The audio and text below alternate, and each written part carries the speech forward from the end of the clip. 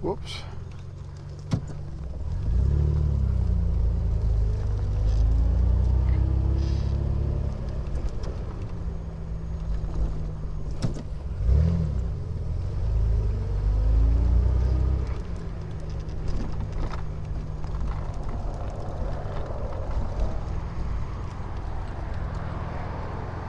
We're just coming over the Great Ouse River here.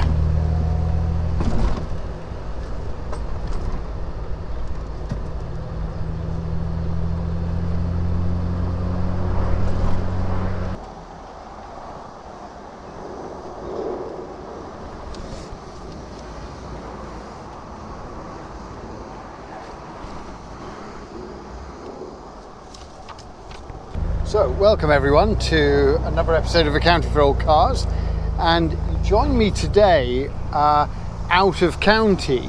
I'm currently on the A47 heading from Leicester towards Wisbech, and we're actually just a few miles away from the Cambridgeshire Fenland town of Wisbech. But I thought I'd give you a quick sort of view of the Cambridgeshire Fens because it's an area that I haven't filmed before, and for anyone who's not familiar with this landscape, it's kind of what passes for the prairies in this country. As you can see, we're on a raised causeway, and the land either side of us is at a significantly lower level, and you may or may not be able to see, but there are an impressive network of drains or ditches which crisscross the fields here, and this is because the area is very low lying. And a few hundred years ago was effectively just marshland, which was drained by Dutch engineers, obviously with their expertise of reclaiming land from the sea, and it's now one of the sort of most fertile parts of East Anglia. To our left you can see oilseed rape being grown. That's now this vivid yellow flower, and again, oilseed rape is used for cooking oil and all sorts of other applications in food. We also see daffodils and tulips grown in this area, because the Fenlands extends north from Cambridgeshire right up into Lincolnshire. It's an interesting landscape. Some people find it haunting and beautiful, other people find it very stark and sort of forbidding, and I have to say, in the sort of autumn and winter, particularly when you've got fog here, it is quite a sort of spooky landscape for people like me who don't live or work here. The A47 is an interesting road in itself because it links the Midlands, especially Leicester, with the East Anglia coast, and it effectively runs from west to east, terminating at Lowestoft and Great Yarmouth. But where we are at the moment, the road itself is not particularly interesting. It's mainly single carriageway. There are bits of dual carriageway, and it's sort of straight and boring. But it is the landscape around it which is such a contrast to some of the other places that I've shown you, both in Suffolk and outside Suffolk, when we've gone into places like the Lincolnshire Wolds and Rutland, and more undulating areas. The lorries that you see on this road, of course, are nearly all associated with agriculture and moving produce from one place to another. And there are these huge farms and warehouses, which I imagine would be sort of familiar sights to some people in places like Australia and the United States. And I guess for anyone who's watching from Holland, this idea of these causeway roads that sit above the landscape would be familiar. One of the problems with driving these roads, I have to say, is that because the roads sit on made up ground, they have a tendency to subside, and so you often get this sort of undulating pattern on the road. The A47 isn't too bad, but some of the roads further north in Lincolnshire, which are narrower and have lots of bends in them, really do catch you out, even in a modern car, because you can be driving along in a straight line, suddenly the road dips, and then there'll be a corner that you're not expecting. And the accident rate is pretty high on the Fenland roads. You might have noticed that in front of us we've got a particularly pretty Mark 1 MX-5. In fact, I think, judging from the shape of the number plate, it's an import Unus from about 92, I'm guessing. Very nice little car.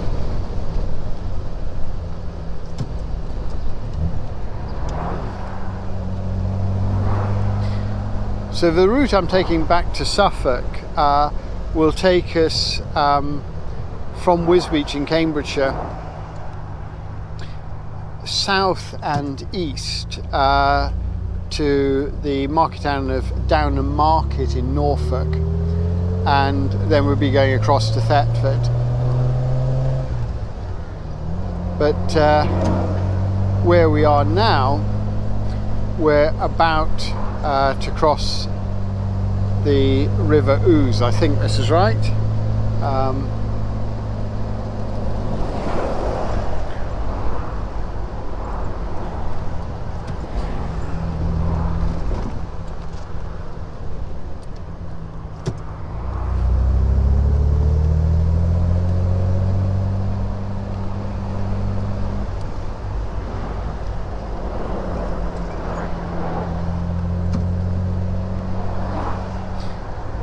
That manoeuvre may have looked as though I was going for a slingshot, but in actual fact I'd lost my sense of direction momentarily.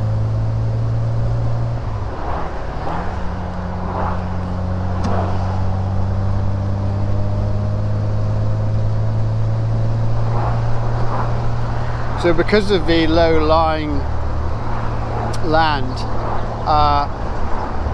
drainage and maintenance of drainage is incredibly important, because it simply cannot go unmaintained, because if it does, then obviously the land simply becomes submerged again. So there's a constant battle to pump water and to force it from the land into the drains. But my sense is that what's happening is, as this land is being cultivated, with sort of each harvest, the level of the land drops further, so the struggle to drain it, I assume, gets harder with time. I don't know if you can see, but we really are on this causeway well above the fields. And there's evidence to my left of flooding from the winter rain that we've had, where the rainfall's been unusually high, you know, even for England.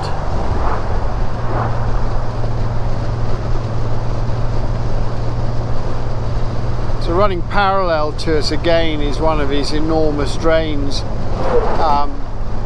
which is taking the water away, and effectively what it's doing is it's diverting the water into the River Ouse, which eventually finds its way down to King's Lynn and out into the Wash.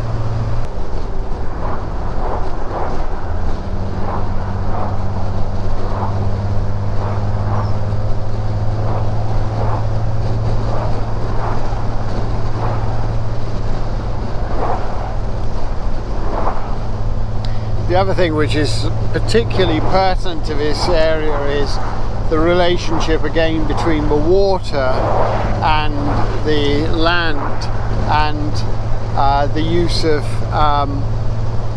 the waterways to transport barley to maltings and then onto breweries.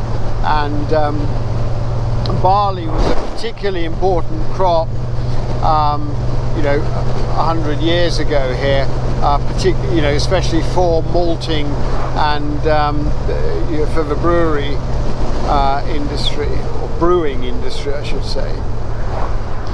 But every now and then you get these sort of relics of steam mills, steam pumps I should say. So one here, we've got a Victorian chimney. We passed one of the modern electric pumping stations earlier, and of course when the Dutch were first helping to drain this area, it would all have been windmills. But this is quite a substantial waterway, and the waterways need to be dredged in order to stop them silting up. Otherwise, what happens is the water literally just backs up and refloods the land.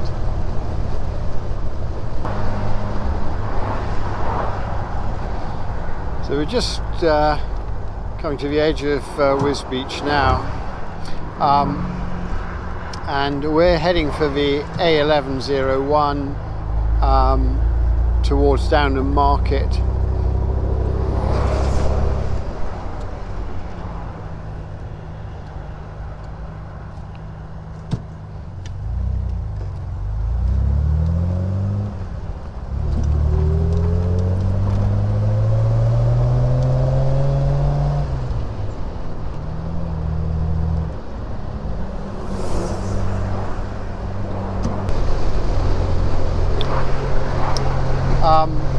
If any of you have read Graham Swift's book Waterland, which is a wonderful novel, then this landscape will have a particular resonance for you.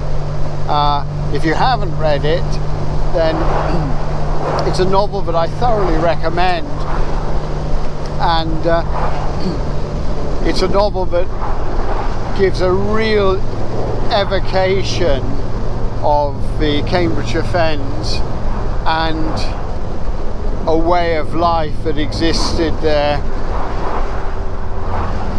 80 years ago.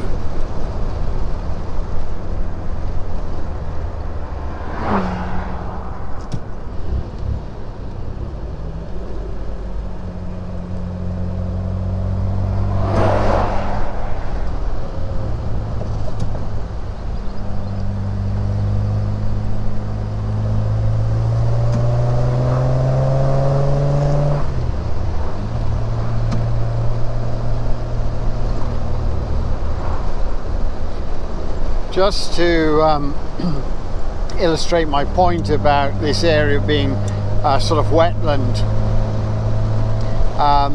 Ely is about a few miles sort of that direction off to my right, and it is the Isle of Ely, obviously famous for its beautiful cathedral, which sort of stands out like this magnificent temple in the middle of the Fens. And Ely, because of eels and the water environment, or the wetlands in this area, are sort of synonymous with eels. But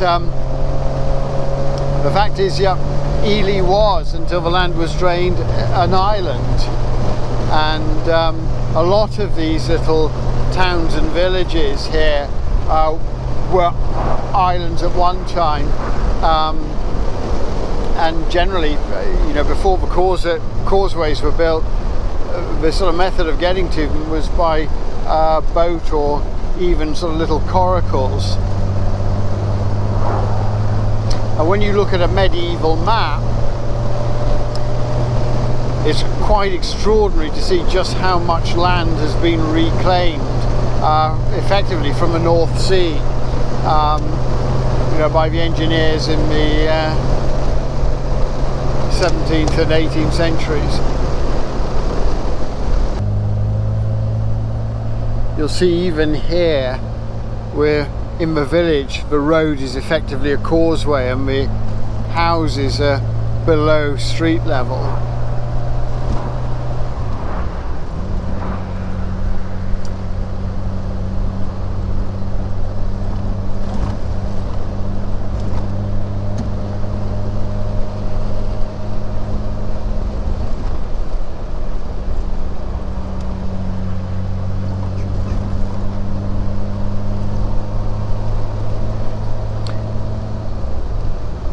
But these villages can feel quite isolated, so they tend to be larger than the typical Suffolk villages that we've looked at, and they tend to have better local amenities as well, because the distance between the villages and the towns is that much greater.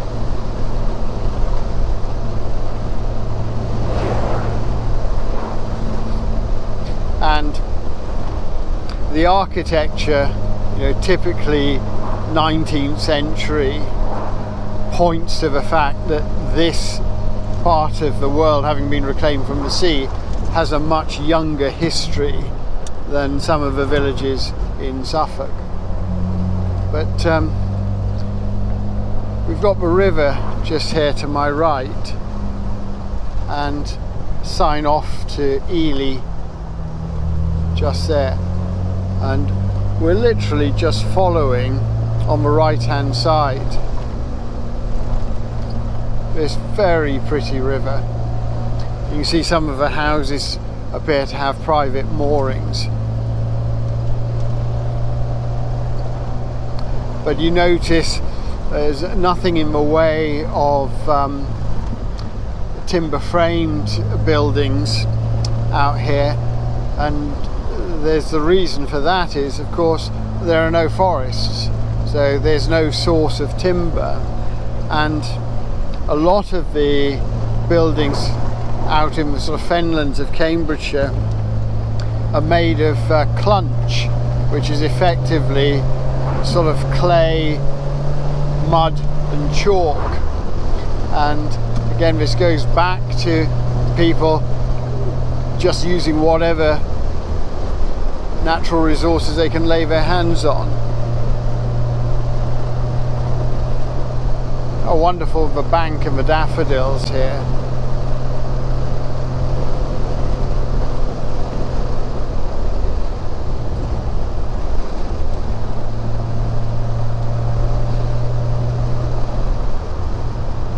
Graham Swift's book Waterland paints a picture of a very isolated and insular way of life.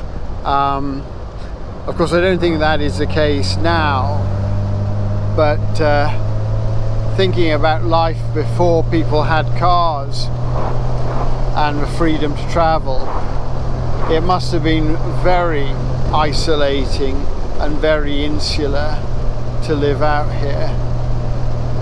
The dog's going for a swim.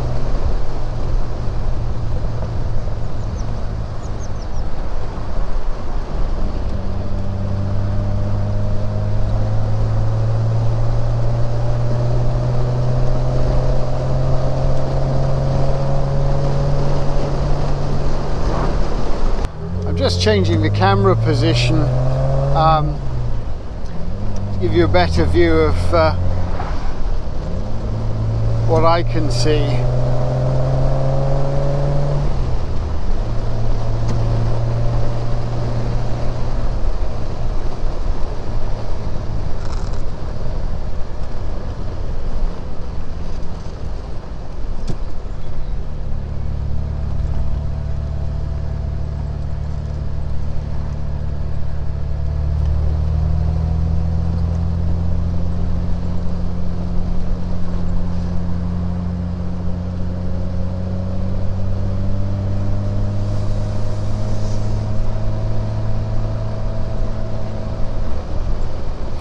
Might be able to see off to our right the tower of a former windmill pump, now converted to a rather nice house.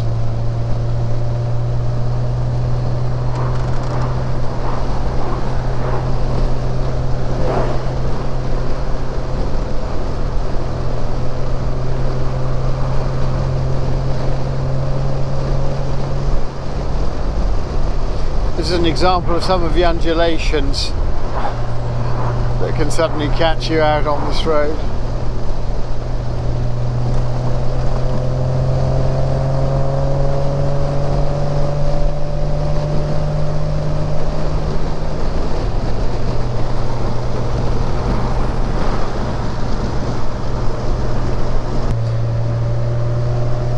Now, I've got to be honest and say that while I'm enjoying this drive, I don't think I'd enjoy it very much at night.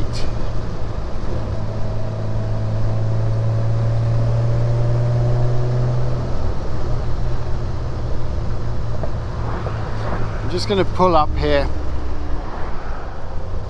if I can.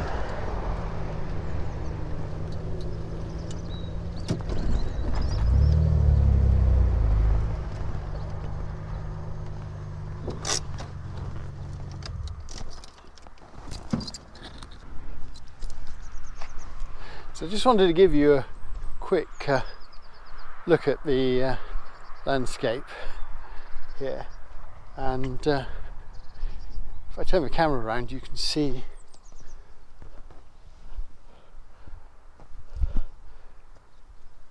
you've got these little narrow boats and pleasure craft.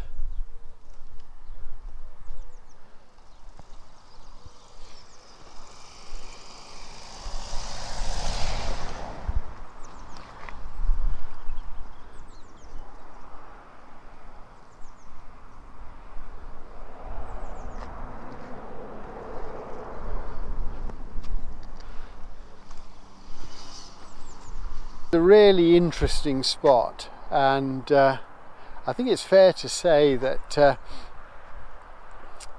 it really does have a sort of kind of mysterious beauty all of its own.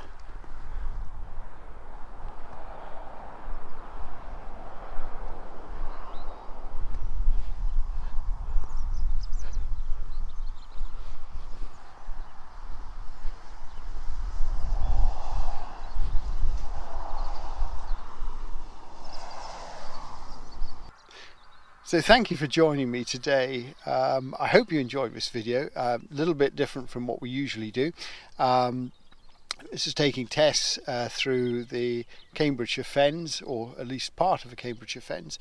Yeah, an interesting drive from my point of view, and something a little bit different to the landscape we normally look at in Suffolk. But yeah, I hope to see you again in my next video. Take care.